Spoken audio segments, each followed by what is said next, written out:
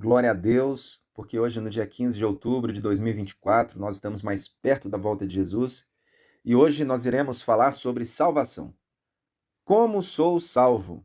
É a pergunta do início do nosso estudo sobre a salvação e o texto referência para esse estudo está em Romanos 3:28.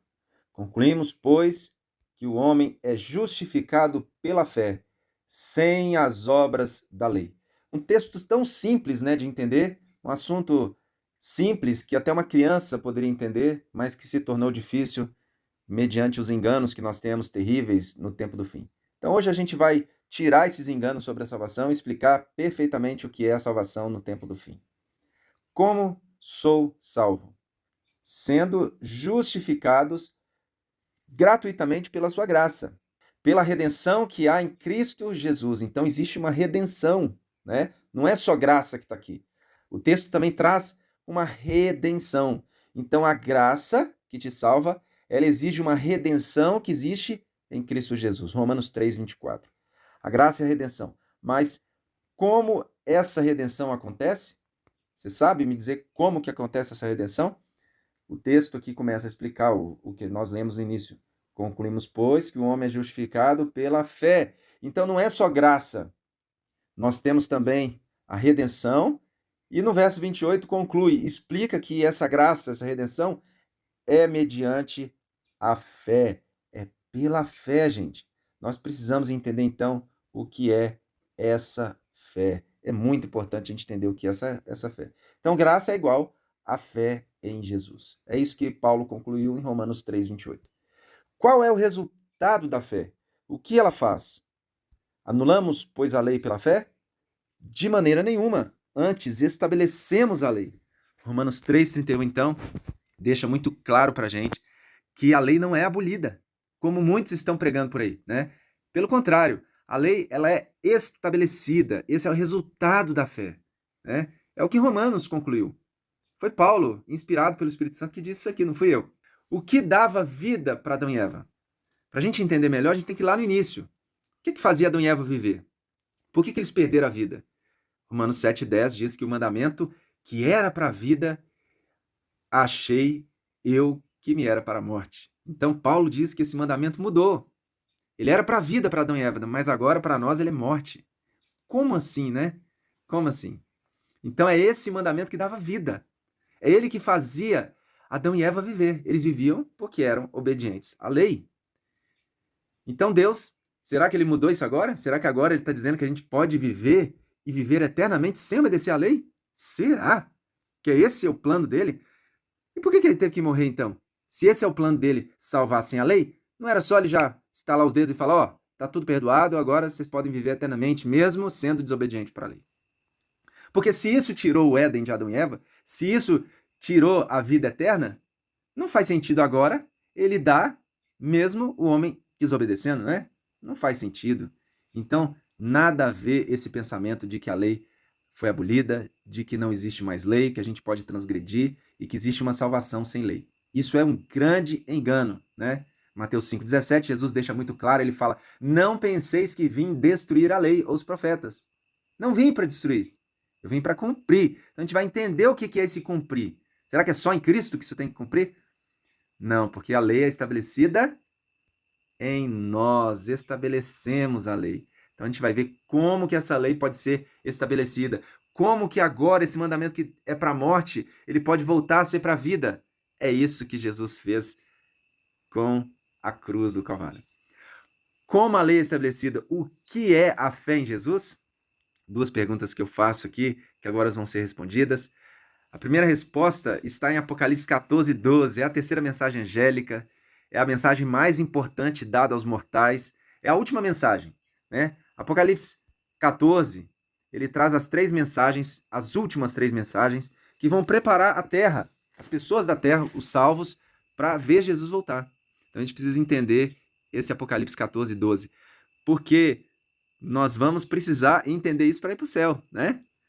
Os que guardam os mandamentos de Deus através da fé em Jesus. Então aqui fala que nós guardamos a lei através da fé. Esse através é um adendo meu, mas você pode entender no texto porque ele diz assim, ó, aqui está a paciência dos santos, ou seja, o segredo dos santos. Aqui estão os que guardam os mandamentos de Deus e a fé em Jesus. Eles têm a fé e os mandamentos. Então, eu concluí que é através da fé que a gente tem os mandamentos. É isso que você vai ver nesse estudo. Através do testemunho de Jesus agora, o Apocalipse interpreta para você o que significa a fé em Jesus. Então, aqui nós temos a interpretação do significado da fé em Jesus, que é o quê? É o testemunho de Jesus. Apocalipse 12, 17 fala que o dragão, ele está irado, ele foi contra a mulher, que é a igreja, né? Ele foi contra a igreja de Deus e foi fazer guerra ao remanescente da sua semente. Então, os últimos, que estão no tempo do fim, o Apocalipse é para o fim, os que guardam os mandamentos de Deus. Então, no tempo do fim, ia ter um povo que ia guardar os mandamentos de Deus, né? Através da fé em Jesus e através também dessa fé que é o testemunho de Jesus, ok? Então, a fé em Jesus é o testemunho de Jesus. E o testemunho de Jesus é o espírito de profecia, né? Apocalipse 19, 10. Adora a Deus porque o testemunho de Jesus é o espírito de profecia. O que significa isso? Que a fé em Jesus nada mais é do que você ter os testemunhos. E de onde vêm os testemunhos? Vem do Espírito Santo. Jesus está lá no céu, ele envia através do Espírito Santo mensagens para os profetas, e por isso que é chamado os testemunhos de espírito de profecia. E você precisa ter fé nessa mensagem que vem de Deus. Se você tiver fé nessa mensagem que vem de Deus, então você vai ter a lei dos mandamentos. Essa lei vai ser estabelecida na sua vida. Olha só que interessante, hein? Então nós precisamos dessa fé, desse testemunho, desse espírito de profecia, né? Então graça é igual a fé em Jesus, que é igual a palavra de Deus praticada, que é igual a estabelecermos a lei, que é igual a receber a vida. Olha só, nós podemos receber a vida novamente, mas para isso a gente precisa da graça, a gente precisa da fé, a gente precisa da palavra, a gente precisa estabelecer a lei com essa palavra, né, praticada, e assim a gente vai ter vida. Essa lei que era para a morte vai se tornar para a vida agora e novamente para a gente. Se Deus salva sem estabelecer a lei no homem, se ele faz isso, é aquilo que eu disse no início, Deus estaria estabelecendo o pecado. E com ele, Satanás e todos os ímpios. Então, não ia ter juízo, né? Não ia ter mais nada de plano de salvação, porque não ia precisar salvar ninguém. Deus simplesmente estaria aceitando todo mundo. Então, o pecado, a destruição, o medo, a morte, sempre ia reinar, sempre ia acontecer. A gente ia ficar sofrendo eternamente, né? Já pensou? Então, Deus não pode deixar estabelecer o pecado. Ele tem que tirar o pecado. Ele tem que estabelecer a lei. Como funciona essa salvação de Deus? No Antigo Testamento, no Novo Testamento e agora? Como é que funciona? Então vamos ver como funciona essa salvação. A salvação, a graça ou a fé em Jesus, ou palavra de Deus, foi aumentando. Ela foi aumentada conforme o santuário celestial em 3 fases. Né? Lá no céu tem um santuário, a gente vê em Hebreus isso. Aqui na terra também teve uma cópia desse santuário do céu. E esse santuário tem 3 fases, que representam as fases da salvação, das revelações de Deus. O pátio do santuário representa o Antigo Testamento.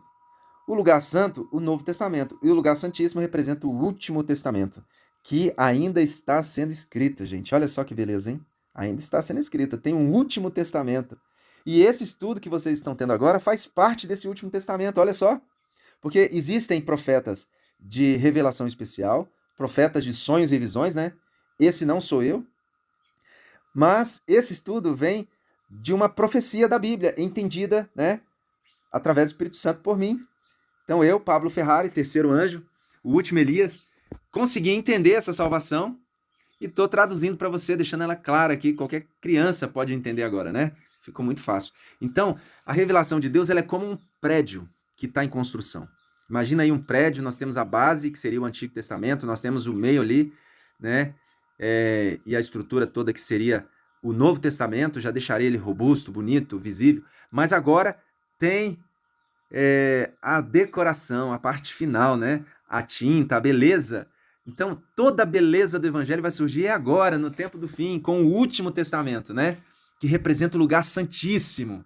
Então, temos o pátio, o Antigo Testamento, o lugar santo, o Novo Testamento, o lugar santíssimo, Último Testamento. Que começou em 1844, quando Jesus entrou no lugar santíssimo, né?